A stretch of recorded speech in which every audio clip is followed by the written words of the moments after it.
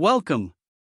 Today, we'll be exploring an exciting problem, problem number 1977, titled Number of Ways to Separate Numbers. We'll dive into the problem statement, analyze different approaches, and break it all down step by step. Whether you're preparing for interviews or aiming to improve your problem-solving skills, you're in the right place. Let's get started. In this problem, we are tasked with splitting a string of digits into one or more non-empty substrings. The goal is to ensure that the numerical values of these substrings are in non-decreasing order as we read from left to right. For example, if the substrings are labeled A1, A2, and so on, then the condition A1 equals A2 equals AK must hold. After determining all valid ways to split the string, we return the total number of these ways, but the result must be taken modulo 10 to the power of 9 plus 7 to handle large numbers. The input string, denoted as S, has a length n where n can range from 1 to 3500. Each character in the string is a digit between 1 and 9, meaning that the string does not contain any zeros. The output is a single integer representing the count of valid ways to split the string while satisfying the given conditions. For example, consider the input string 327. Here, we can split the string in two valid ways. The first way is to separate it into 327, where the condition 3 less than or equal to 27 is satisfied. The second way is to treat the entire string as a single substring, 327, which is also valid because there's no decrease in numerical value. Therefore, the output for this input is 2, as there are exactly two valid ways to split the string. Now, let's look at another example where the string is 094. In this case, it is impossible to split the string in any valid way. This is because the presence of the digit 0 violates the problem constraints, which state that each substring must consist of digits from 1 to 9 only. As a result, no valid splits exist, and the output is 0. Another interesting example is the string 111. For the string 111, we can generate multiple valid splits. First, we can split it into 1, 1, 1, where all substrings are equal, making it valid. Another valid option is 1, 11, where 1 less than or equal to 11. Similarly, 11, 1, is not valid because 11 is greater than 1, so it's excluded. Finally, the entire string, 111, as a single substring is considered valid. Altogether, there are 4 valid ways to split the string, making the output 4. These examples illustrate how the problem constraints guide us in determining valid splits. In certain edge cases, the solution must still adhere to the problem's rules. For instance, if the string contains only one digit, there is exactly one way to split it, which is the string itself. In a string with strictly decreasing digits, such as 54,321, the only valid split is the entire string as a single substring, resulting in an output of 1. On the other hand, if all digits in the string are the same, every possible split is valid. For example, in 1111, there are 8 different valid splits, accounting for all possible groupings of increasing size. Finally, for large inputs where n equals 3500, the solution must remain efficient to handle the constraints and compute the result within a reasonable time frame. To tackle the problem of finding the number of ways to separate a string into valid non-decreasing sequences, we start by considering two main approaches. The first is the brute force method.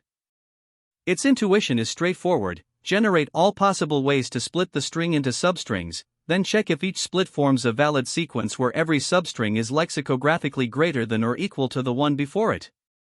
This is achieved by iterating over all possible split points and recursively validating each sequence. However, this approach has significant drawbacks. The time complexity grows exponentially, 2 to the power of n, because it generates every possible combination of splits. For large input sizes, this is simply impractical and unsuitable for competitive programming constraints. That's why we move to the dynamic programming approach, which is both more efficient and systematic. Here, we observe that the substrings often overlap, allowing us to break the problem into smaller overlapping subproblems. The key idea is to let dp I represent the number of ways to split the string up to index I, ensuring the sequence remains valid.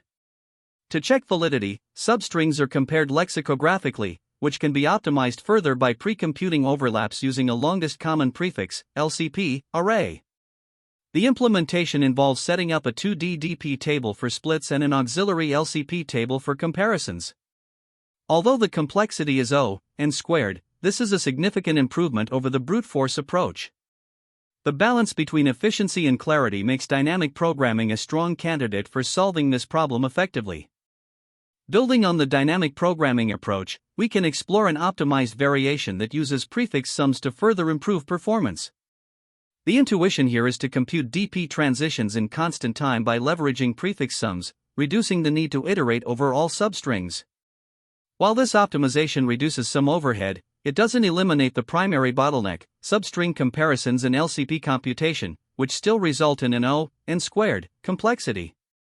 Additionally, the increased implementation complexity does not lead to substantial runtime improvements for the typical constraints of this problem.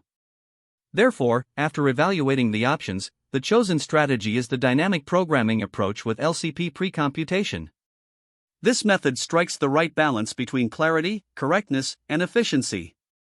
The LCP table simplifies substring comparisons, and the quadratic complexity is manageable for the input sizes specified in the problem. The critical insight here is recognizing the overlapping subproblems inherent in substring comparisons and leveraging dynamic programming to systematically count valid splits. This approach provides the optimal trade-off between performance and implementation simplicity, making it the ideal choice for solving this problem within competitive programming constraints. To solve this problem, we need to focus on splitting a given string into a sequence of substrings such that the sequence is in lexicographically non-decreasing order. The objective is to determine if such a split exists and, if it does, to find one valid split. Let's break this down step by step. First, the input is a string S composed of lowercase English letters, and our output should either be a valid sequence of substrings satisfying the condition or false if no split is possible. A brute force approach involves generating all possible sequences of substrings from the string and checking whether each sequence meets the non-decreasing order requirement. This can be done iteratively through recursion or backtracking. The key idea here is to systematically explore all possible splits while ensuring that we verify the order condition for each sequence. The recursive function design revolves around a base case where, if the string is fully processed, we return the sequence. If a valid sequence is found, we stop further exploration immediately. In the recursive case, we focus on iterating through all possible substrings starting from the current index. For each substring, we check whether it's lexicographically greater than or equal to the last substring in the sequence. If it meets this condition, we add the substring to the sequence and move forward with the remaining portion of the string. Backtracking plays a crucial role here. It ensures that after exploring a particular path, we can remove the last added substring from the sequence to try other possibilities. To implement this, we define a helper function called splitString. This function takes the original string, the sequence of substrings formed so far, and the last added substring for comparison. Using a loop, we generate substrings of increasing length and validate each one against the previous substring. If valid, we make a recursive call with the updated sequence and the remaining string. This approach ensures a systematic exploration of all possible splits while leveraging recursion for depth-first traversal. Efficiency is critical, and early termination becomes an important optimization. As soon as we find a valid sequence, we stop the recursion, which helps improve performance. There are a few key insights to highlight. First, recursive enumeration allows us to explore all potential splits systematically while backtracking ensures that invalid paths are promptly discarded. Second, lexicographical comparisons are straightforward in Python and similar languages, as string comparison operators directly support this. Lastly, there are opportunities to optimize further by using memoization to avoid redundant computations. Additionally, pruning the recursion when it becomes clear that further splits won't yield valid results can significantly reduce the search space. These strategies help balance the trade-off between completeness and efficiency in our recursive approach. Several data structures are integral to this algorithm. First, the sequence list is used to store the current sequence of substrings during recursion. This list enables efficient appending when a valid substring is found and easy removal during backtracking. Second, string slicing is employed to generate substrings, leveraging the efficiency of slicing operations for contiguous segments of the string. Finally, the recursive stack is an implicit data structure used by the recursive function to maintain state during the exploration process. Each recursive call pushes a new frame onto the stack, which stores the current index, the sequence formed so far, and other local variables. Together, these data structures provide the necessary foundation for implementing the recursive and backtracking approach effectively. Analyzing the algorithm's complexity gives us a clearer sense of its efficiency. For time complexity, generating all possible splits involves exploring up to 2n1 possibilities in the worst case, as each character in the string can either start a new substring or be part of the current one. For each sequence, checking the lexicographical order requires O(n) time. Combining these, the total time complexity becomes O(2 to the power of n*n).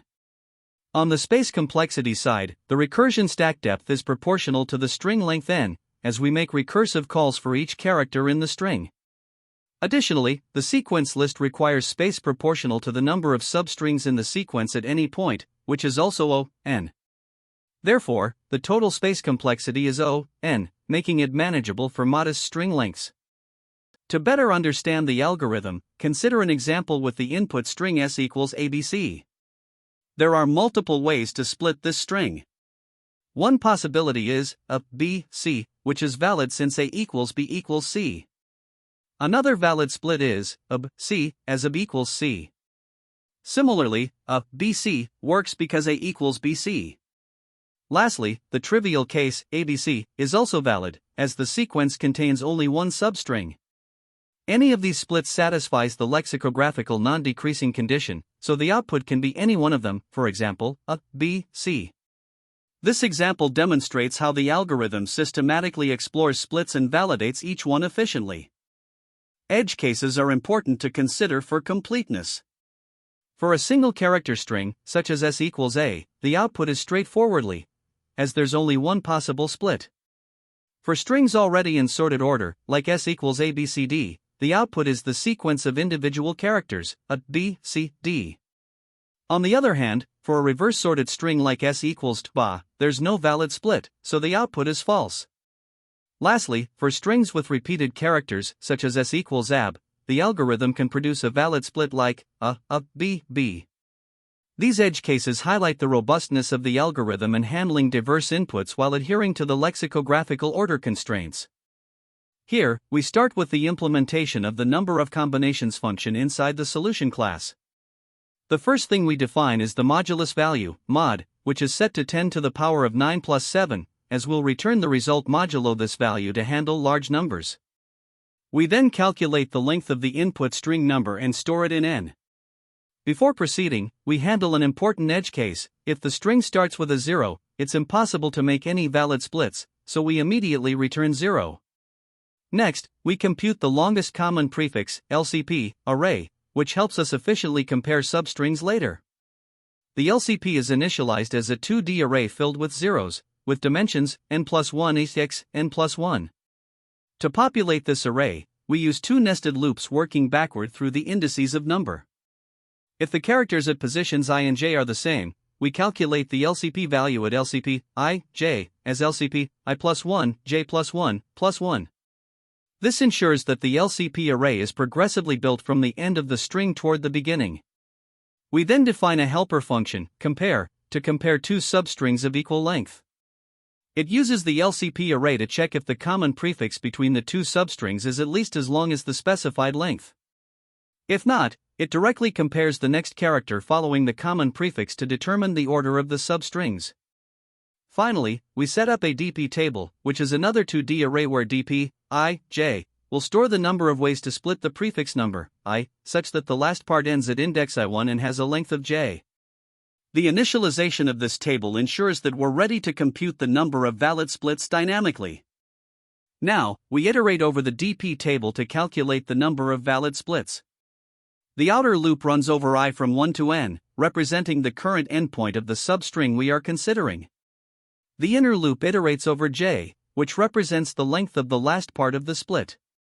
If the substring starting at ij begins with a 0, we skip this iteration since a segment cannot start with a leading 0. Next, we handle the case where there's a preceding substring of the same length, and we need to ensure that the current substring is lexicographically greater. If I2*j is valid and the compare function returns false for the two substrings, we propagate the value from dp ij j to dp I j.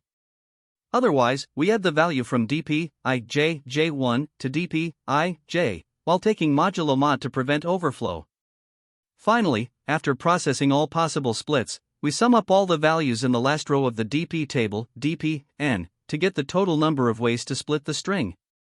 The result is returned modulo mod to ensure the output fits within the constraints. This completes the implementation, leveraging dynamic programming to efficiently compute the solution for the problem. Here, we start by importing the necessary packages and defining our solution class. The core method, number of combinations, begins by setting up constants and initial validations. The mod value is used to ensure our results fit within the limits of modular arithmetic, which is critical for handling large numbers. Next, we handle the edge case where the input string starts with 0. Since no valid splits are possible in this scenario, the function directly returns 0. Now, to facilitate efficient substring comparisons later, we compute the longest common prefix, or LCP, array. This array helps us determine the length of the common prefix between any two substrings starting at different indices. We iterate through the string in reverse order to fill this matrix efficiently, and for characters that match at positions I and j, we build the LCP value based on the subsequent entries. This setup is foundational for our substring comparison logic.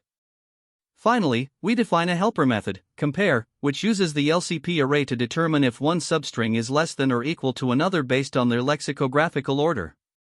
The compare method plays a pivotal role in ensuring that the generated substrings maintain the required ordering. Now, moving on to the dynamic programming solution, we define a 2D DP array. The entry dp I, j represents the number of ways to split the prefix of the string up to index I, with the last split having a length of j. To initialize, we set dp 0 I to 1 for all I, as there is exactly one way to split an empty string. Next, we iterate through the string to fill the dp array. For each position I and potential split length j, we first check if the substring starting at ij begins with a 0. If it does, it is invalid, so we skip further processing for this split. Otherwise, we update dp I j by inheriting the count from dp ij j1, which represents the number of splits for the previous segments. To ensure the new substring maintains the lexicographical order, we use the compare method. If the substring before the current segment is smaller or equal, we add the count from dp ij j to the current dp I j, taking care to apply the mod operation for each update. This ensures correctness while preventing integer overflow. Finally, to compute the total number of valid splits for the entire string, we sum up all values in the last row of the dp array, specifically dp n j, for all valid lengths j. The result is then returned as the output of the method modulo mod. This final summation accounts for all possible ways to partition the string while adhering to the problem constraints. With this, the implementation is complete. The combination of pre-processing the LCP array, leveraging dynamic programming, and ensuring lexicographical validity with the compare function forms an efficient and robust solution to this problem. To solve the problem, we start by initializing some key variables.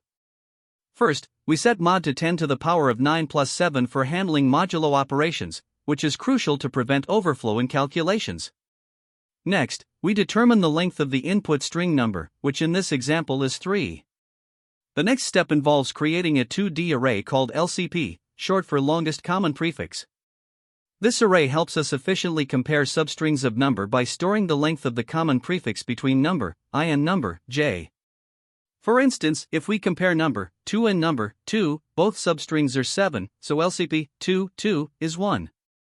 Similarly, LCP 1, 1, and LCP 0, 0 are also 1 since the corresponding characters match.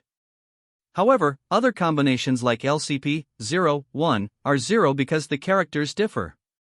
With the LCP array in place, we move on to initializing a 2D dynamic programming array, DP. Here, dp I j will represent the number of ways to split the first I characters of number into segments, with the last segment having a length of j. This setup allows us to systematically calculate the number of valid splits for the input string. We proceed by populating the DP array based on the input number. For I equals 1, the substring 3 is a valid segment, so we set DP 1, 1 equals 1. For I equals 2, the substring 2 is considered. Since the last segment of length 1, 2, can follow the first segment, 3, we set DP 2, 1 equals DP 1, 1 equals 1, representing the split 3, 2. For I equals 3, we examine the substring 7. The last segment of length 1 and 7 can follow the split 3, 2, so we set DP 3, 1 equals DP 2, 1 equals 1, corresponding to 3, 2, 7. Additionally, we check if a segment of length 2, 27 foot, is valid. Since it can follow the split 3, we set DP 3, 2 equals DP 1, 1 equals 1, representing 327. Finally, we sum up all values in DP 3 to determine the total number of valid splits for the input. The result is 2. For another example, where number equals 303, we encounter an edge case. Since the input starts with a leading 0, no valid splits are possible, and the result is 0. Now, let's analyze a slightly longer example where number equals 1234. Similar to before, we initialize mod as 10 to the power of 9 plus 7 and calculate the length n, which is 4. We then compute the LCP array to determine the longest common prefixes for all pairs of substrings. With this setup, we begin populating the DP array. For I equals 1, the substring 1 forms a valid segment, so DP 1, 1 equals 1. For I equals 2, the substring 2 can follow 1, creating the split 1, 2, so DP 2, 1 equals DP 1, 1 equals 1. For I equals 3, we consider the substring 3. The split 1, 2, 3 is valid, so we set DP 3, 1 equals DP 2, 1 equals 1. Additionally, the segment 23 foot can follow 1, resulting in the split 1, 23, so DP 3, 2 equals DP 1, 1 equals 1. Finally, for I equals 4, the substring 4 can form splits such as 1, 2, 3, 4, 1, 2, 34, and 1, 2, 34. Respectively, we set DP 4, 1 equals DP 3, 1 equals 1, DP 4, 2 equals DP 2, 1 equals 1, and DP 4, 3 equals DP 1, 1 equals 1. Summing all values in DP 4 gives the total number of valid splits, which is 3. To summarize the results, for the first example with number equals 327, the total number of valid splits is 2. For the second example with number equals 303, there are no valid splits due to the leading 0, so the result is 0. Finally, for the third example with number equals 1234, we find that there are 3 valid ways to split the input string. These results showcase how the combination of the LCP array and dynamic programming allows us to efficiently calculate the number of valid splits for any given input. To analyze the time complexity of our solution, we can break it into 3 main components. First, we have the computation of the longest common prefix, or LCP, array. This is a 2D array of size n by n, where each cell, LCP, I, j, stores the length of the longest common prefix between the substrings starting at indices I and j. Calculating each cell takes constant time because it depends only on a direct comparison and the value of the next cell, LCP, I plus 1, j plus 1. Since there are n by n cells in total, the time complexity for computing the LCP array is O, n superscript 2. Next, we have the dynamic programming table, or DP table, which is also a 2D array of size n by n. Each entry, DP, I, j, represents the number of ways to split the first I digits of the input string such that the last segment has a length of j. For each DP, I, j, we check conditions like whether the substring starting at ij is valid, and if I2*j is non-negative, we use the LCP array to compare substrings in constant time. Results from previous states are then accumulated to compute the value. Since the outer loop iterates over all I from 1 to n, and the inner loop runs for all j from 1 to I, there are O, n superscript 2, iterations in total. With constant time operations in each iteration, filling the DP table also has a time complexity of O, n superscript 2. Finally, summing all DP, n, j, values for j from 1 to n requires O, n, time. Combining these steps, the dominant terms are from the LCP and DP computations, leading to an overall time complexity of O n superscript 2. Now let's discuss the space complexity of the solution. The LCP array is a 2D array of size n by n, which requires O n superscript 2 space to store. Similarly, the DP table is another 2D array of size n by n, contributing an additional O n superscript 2 space requirement. Beyond these, we only use a few auxiliary variables, such as constants like mod, the string length n, and loop indices, all of which take constant space, or O1. The compare function does not use any extra space beyond the pre-computed LCP array. Therefore, the overall space complexity is O n superscript 2, dominated by the storage requirements of the LCP and DP tables. Let's compare this optimized solution to a brute force approach. A naive method would involve generating and validating all possible partitions of the string. For a string of length n, the number of partitions corresponds to the Catalan number, which grows exponentially. This leads to a time complexity of O2 to the power of n in the worst case. Furthermore, each partition would require substring comparisons, adding more overhead and rendering this approach impractical for large values of n. In contrast, our optimized solution leverages the LCP array and dynamic programming to systematically compute results in O n superscript 2 time. This makes the approach much more efficient and suitable for competitive programming constraints, where n can go up to 3,500. Finally, let's analyze the best, worst, and average cases for this algorithm. The time complexity remains O n superscript 2 in all scenarios because the LCP and DP arrays must always be fully computed, regardless of the input structure. Whether the input consists of all zeros, all ones, or a mix of digits, the algorithm systematically processes all substrings. This consistency ensures that the worst-case complexity is still O n superscript 2. Similarly, there are no significant optimizations in the average case since the algorithm follows the same structured approach. To prove the big O complexity, we can observe that both the LCP and DP tables rely on nested loops iterating over n elements, with constant time operations inside. This makes the overall computational complexity quadratic. In terms of space, the only significant contributors are the LCP and DP tables, both requiring O n superscript 2 memory, with no higher order terms involved. Thus, the space complexity is also O n superscript 2. One of the most common mistakes when solving this problem is overlooking edge cases. For example, scenarios like empty strings, single character strings, or strings that consist entirely of the same digit can easily lead to incorrect assumptions or even runtime errors, such as accessing invalid indices. To address this, it's important to include specific test cases for these edge situations and validate the input constraints before diving into the solution. Another frequent pitfall is implementing a brute force approach that generates all possible substring combinations.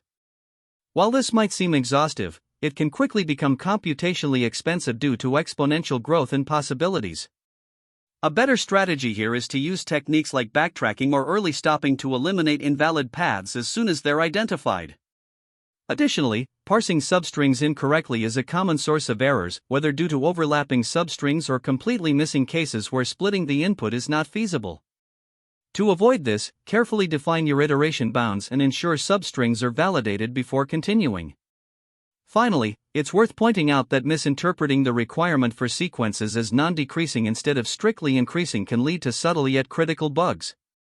Always take time to clarify what the requirements dictate, and implement comparisons that align with the problem's rules. Another issue to watch for is integer overflow, particularly in languages like Java or C++, where parsing large substrings into integers can exceed the capacity of standard data types. One way to address this is by using data types that support large integers, like big integer in Java, or explicitly checking for overflow conditions as part of your implementation. Now, when it comes to interviews, understanding the problem's constraints is often key to crafting a robust solution. For example, knowing the maximum input size or the rules for valid substrings can help you decide on the best algorithm. During the problem-solving process, it's valuable to start with a simple brute force solution to establish correctness, but make sure to discuss potential optimizations like dynamic programming, greedy methods, or backtracking to demonstrate your thought process. Using examples to manually debug your approach is also a great way to identify any logical issues early. This not only helps ensure correctness but also showcases your ability to think critically. Furthermore, discussing edge cases openly during the interview demonstrates your attention to detail and thoroughness. Lastly, always be ready to analyze the time and space complexity of your approach, particularly if your solution involves recursion or multiple layers of string manipulation. This shows you understand the trade-offs between performance and implementation complexity. There are several related problems that share similarities with this one, which can provide additional insights into solving string-based challenges. For instance, in LeetCode problem 140, word break 2, you're tasked with generating all possible sentence structures from a string using a dictionary. This problem shares the idea of splitting strings into valid components. Similarly, LeetCode problem 131, palindrome partitioning, involves partitioning a string into substrings that are palindromes, which also requires careful management of substring validation. Other problems, like LeetCode 22, generate parentheses, and LeetCode 78, subsets, both rely on backtracking techniques to explore combinations or subsets systematically. Now, in terms of alternative approaches, backtracking with pruning is a powerful method for this problem. This involves recursively splitting the string while validating conditions, and if a path doesn't work, you backtrack to explore other options. While this is more efficient than brute force, it still has exponential complexity in the worst case. Another option is dynamic programming, where you use a table to store whether substrings up to a certain index are valid. This reduces redundant calculations by reusing results of overlapping subproblems, but it does come with the trade-off of requiring additional memory. Another approach worth considering is the iterative sliding window technique. This method involves iterating through the string while maintaining a window of valid substrings. It allows you to process the string in a way that avoids the overhead of recursion or additional memory for a DP table. However, the sliding window method may not be suitable for all variations of the problem.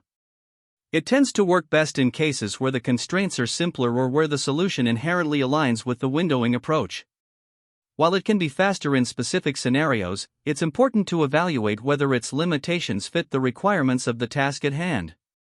By understanding the trade-offs and strengths of each method, you can choose the most appropriate approach for a given variation of this problem.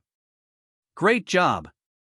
To summarize, we explored the number of ways to separate numbers problem, analyzed key concepts, and discussed the importance of refining brute force approaches. Keep practicing, and don't forget to subscribe for more problem-solving tutorials. See you next time. That's the end of this tutorial. I hope you found this explanation helpful for understanding the solution to this LeetCode problem. If you enjoyed this content, please consider subscribing to the channel for more coding tutorials and solutions. Feel free to leave a like if this video helped you, and don't hesitate to comment with any questions you might have. Thanks for watching, and happy coding!